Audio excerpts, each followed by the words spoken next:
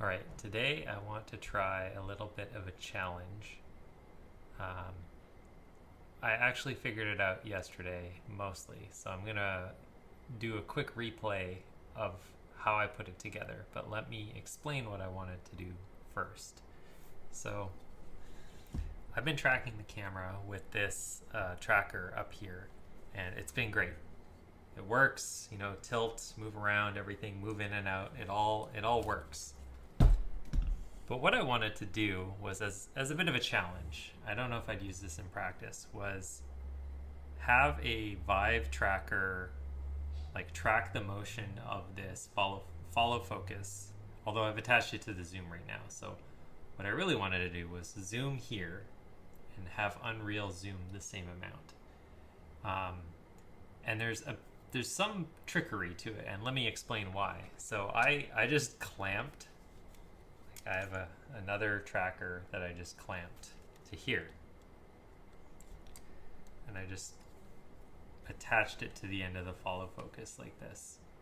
And you could mount it in a much better way, I'm sure, but this is just a demo. So then I just turned the tracker, and through the gears and whatnot, that turns the zoom.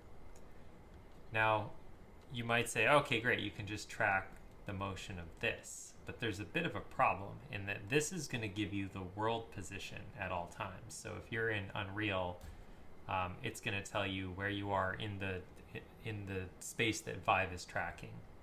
But what you really want is the relative position to the camera or to this tracker. And the reason is because if I turn this, I can get motion data out of that and maybe figure out, okay, that's if they've zoomed forward. But what if I just move the camera?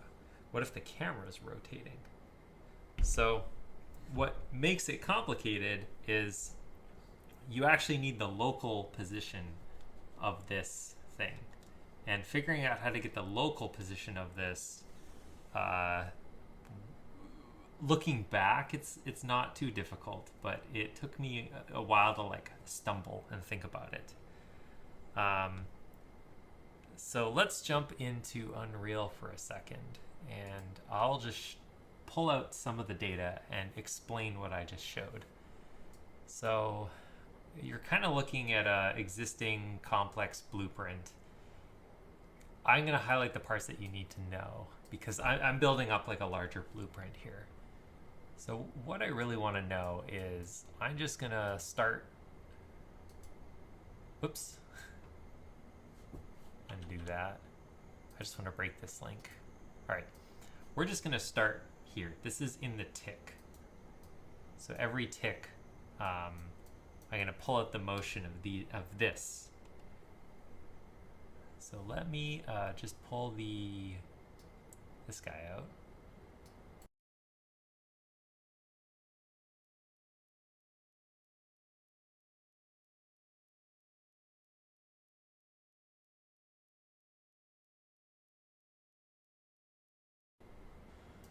All right, so let's just start by grabbing this motion. We want to see why this is complicated.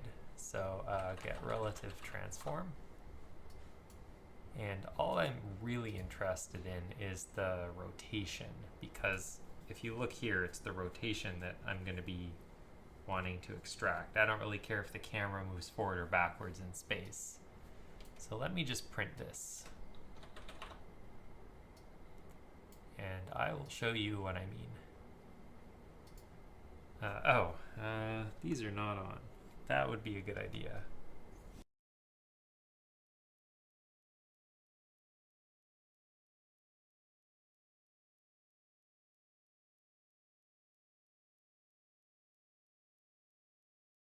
We're just printing this rotation of this one and play. All right. So you can see it's like 11, minus 48, and 145. Now I'm going to spin this, and we should probably see, I'm guessing this is the roll, so the R is what should be changing the most. Yeah, it seems to be the one changing between minus 150 and minus 130. Yeah, that makes sense. This is not going a full rotation. This is going I don't know, maybe 30 degrees. That sounds about right. The rest of them are staying about where they are. It's a little jiggly, and this isn't actually rolling completely on axis. It's a little misaligned, which is another problem we'll have to deal with because of the way the clamp is shaped. But here's the other problem. Now watch what happens. So you could say, let's just take the roll, and that will be our zoom. But the problem is, watch what happens to the R number as I turn the camera. Okay, so as you tilt the camera up and down, that number also changes. So if you were to just take the roll and go, oh, that's the zoom, then the moment you move the camera, you're going to zoom in and out. And it's going to look wrong. So the question becomes, how do we use this as an offset? Now, again, the clever person might say, well, why don't we just like subtract one for the other? I kind of went down that road yesterday. There's a reason that doesn't work. And the biggest reason is that the orientations of these are not the same. Subtraction would work for position. So if you were trying to get the position of this like relative on the camera, like if this was moving around, then subtraction, I think, should do it. But for rotation, the subtraction isn't going to work. And if the main reason is this is pointing forward this way, and this is pointing forward that way. So like as this one rotates in a certain direction, this one is rotating in another axis. So you need something that can kind of take care of that. And I wanted to bring up like my notes to kind of talk about this. Now this, actually before we do that, let's look at kind of what we're dealing with. So here's the motion controller skeleton, and the other, motion controller skeleton is this zoom. It's like 2 videos ago why I called it that, and I didn't update it. Get relative transform. So what I really need to do is compare this rotation and this rotation, but I need to do it in a way that, so here's the test, is however I compare it, if I just move the camera around without turning this, the number that I'm calculating should stay the same, because we want whatever changes this experience to be offset by this. And the only time we want the number to change is when I turn this relative to this one. So that's the challenge. And that's our criteria for success. So let's actually just try subtracting. And there's a thing called delta rotator. Let's just print that. And you might say, oh, let's just subtract one from the other. So hit play. And so the test isn't that these numbers are 0. It's that when I move the camera, they should stay the same. I hope you can read that. I will. Okay, so I'm going to move the camera now. And the problem is that they change a lot. Every single axis is changing. This isn't going to work. Okay, so this is where I like burned a couple hours, and I just sat down and thought about this. Now, is this on? If we have, let's call this tracker, let's use black, call this tracker A. No, I don't like this. How am I gonna describe this? Okay, so this is what I thought of the other day. Say I have an axis, and this is like, X and Y. And then I have angle 1. Sorry, it's all rotated. And this is like a reduction of the problem. So this is angle 1, which is tracker, let's say A. And then in blue, I have tracker B. What I'm interested in is this rotation from A to B. And the way I thought about this was, So if the idea is if I'm at A, I want to go to B. I want the, and this represents the rotation between these two trackers. And the way I thought about this was, what I really want to do is first undo A, so I go back here, and then apply B to go here. So if I'm at A, and then I apply that, I'll get to B. So that makes sense, because if we're at A, and then we apply this, this is sort of like math notation for the inverse of A, and they cancel out. Then we end up at B. So I want to utilize this, and just as a quick test, let's see what that produces. So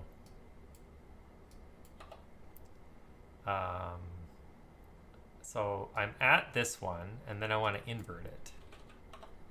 Invert rotator. And then I want to combine it and combine rotators. Now, if I look back at my math, what I want is A inverse B. And if you look into combine rotators, it is a multiplication of these things called quaternions underneath.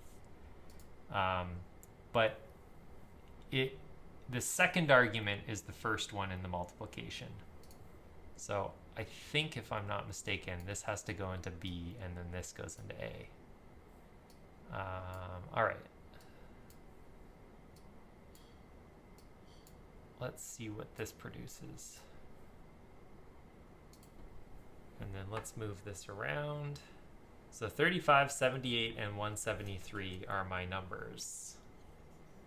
And no matter where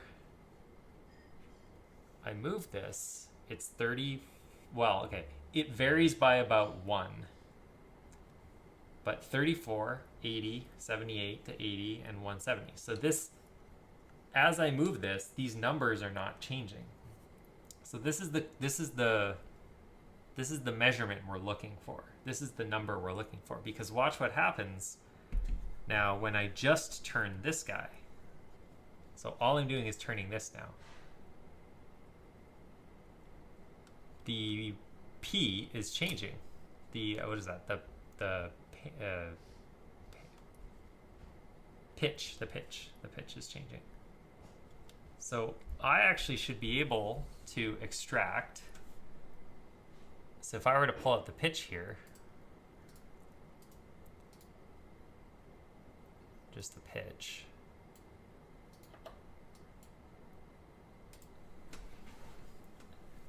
This is going to give me, so this is giving me the number 50. And I'll pull it back. And now we're at minus 40. But as I move the camera around, the pitch, this doesn't change. It's only when I rotate this, the focus, or the zoom, that it changes.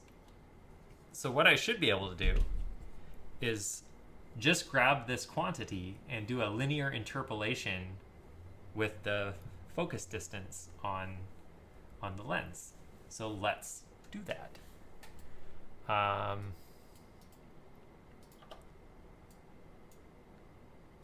Okay, so this varied between, okay, I gotta think about this again. What I really need is the number, like the pitch at one side of the rotation. Sorry, the pitch when I'm zoomed out, all the way, and the pitch when I'm zoomed in all the way. And then I need to map that to the zoom. So I know that eventually I'm going to need a linear interpolate, lerp. And this zoom is going to go, after I correct for the sensor size and the speed booster thing, I think it's about 24 to 47 or 48. So that's the zoom focal length, and what I can do is I can set focal. I need camera to do that. camera, set focal length, and I guess we'll put that there. So eventually I'm going to feed this into setting the focal length, and that will like turn me in or out. But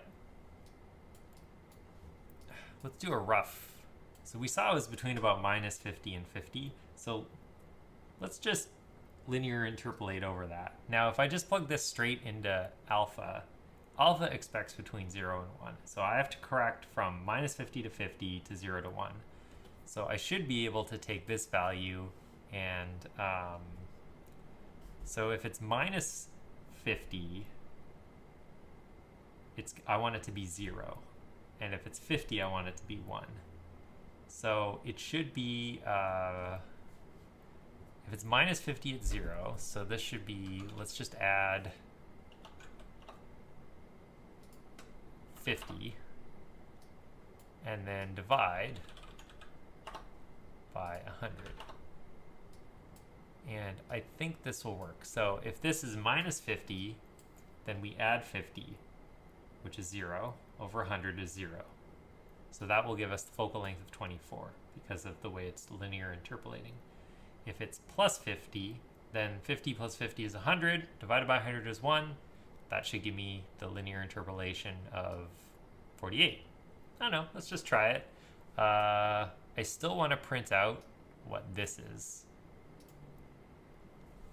Okay. So let's try. So I don't know if you can tell. So I'm turning this here, and it's definitely zooming. I think it's going the wrong way though. It definitely is going the wrong way. Okay. So we can fix that. So that's 50 and that's minus 39. So I'm actually going to adjust this a little. 50 plus 39. So I'm going to say this should be 39, or this should be 50, and then 39 plus 50 is 89, right? I'm just adjusting it because the range isn't actually from minus 50 to 50, it's from minus 50 to 39. So 50, 60, 70, 80, 90, yeah.